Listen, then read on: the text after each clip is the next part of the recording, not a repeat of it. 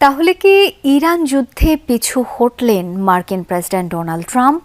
Hormuz প্রণালী খুলে দিতে তেহরানকে ৪৮ ঘন্টার সময়সীমা বেঁধে দেওয়ার একদিন পরেই ট্রাম্পের কণ্ঠে নরম সুর। ইরানের বিদ্যুৎ কেন্দ্র জ্বালানি স্থাপনায় হামলার সিদ্ধান্ত ৫ দিনের জন্য স্থগিতের ঘোষণাও দিয়েছেন তিনি। দাবি, গত দুদিনে বিরোধ নিরসনে ফলপ্রসূ আলোচনা হয়েছে। এদিকে ইরানের দাবি, যুক্তরাষ্ট্রের সাথে কোনো যোগাযোগই হয়নি। ইরানের হুমকিতে পিছু হটেছেন ট্রাম্প, এমন দাবিও করেছে তেহরান।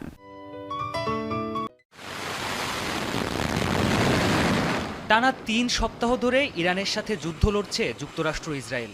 সামরিক, অর্থনৈতিক আর রাজনৈতিক ৩ দিক থেকে প্রচুর ক্ষতি করলেও দেশটিকে নতি স্বীকার করাতে ব্যর্থ যৌথ বাহিনী। যুদ্ধের ২৪তম দিনেও ইসরায়েল আর যুক্তরাষ্ট্রকে শক্ত হাতে জবাব দিচ্ছে তেহরান। সংযুক্ত আরব আমিরাত এবং কুয়েতে অবস্থিত মার্কিন ঘাঁটি লক্ষ্য করে ব্যালিস্টিক মিসাইল ছুড়েছে আইআরজিসি। তেল আবিব সহ মধ্য ইসরায়েলের বিভিন্ন স্থাপনা লক্ষ্য করেও ছোড়া হয়েছে একাধিক ক্লাস্টার ওয়ারহেডযুক্ত মিসাইল। আইআরজিসির একাধিক ড্রোন সাইটে হামলা চালিয়ে সেই ফুটেজ প্রকাশ করেছে মার্কিন সেন্টকম।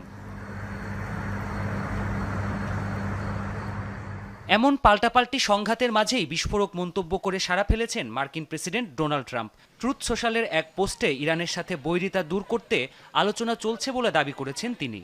অত্যন্ত আনন্দের সাথে জানাচ্ছি যে গেল দুদিনে ইরান ও যুক্তরাষ্ট্রের মধ্যে বৈরিতা সম্পূর্ণভাবে সমাধানের লক্ষ্যে অত্যন্ত ভালো ও ফলপ্রসূ আলোচনা হয়েছে। পরিস্থিতি অনুসারে এই গভীর ও গঠনমূলক আলোচনা আগামী ১ সপ্তাহ ধরে চলবে।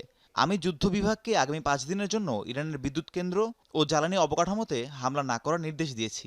যদিও মার্কিন প্রেসিডেন্টের এমন দাবিকে ভিত্তিহীন বলছে ইরান।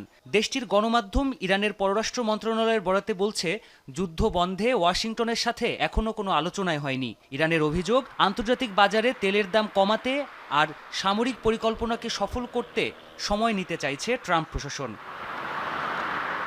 এ ঘটনার একদিন আগেই হরমুজ প্রণালী খুলে দিতে তেহরানকে ৪৮ ঘন্টার সময় বেঁধে দিয়েছিলেন ট্রাম্প। বিষয়টির সাথে সংশ্লিষ্টরা বলছেন, এরপর থেকে হোয়াইট হাউসের সাথে কূটনৈতিক তৎপরতা চালাচ্ছে বিশ্বের বিভিন্ন দেশ।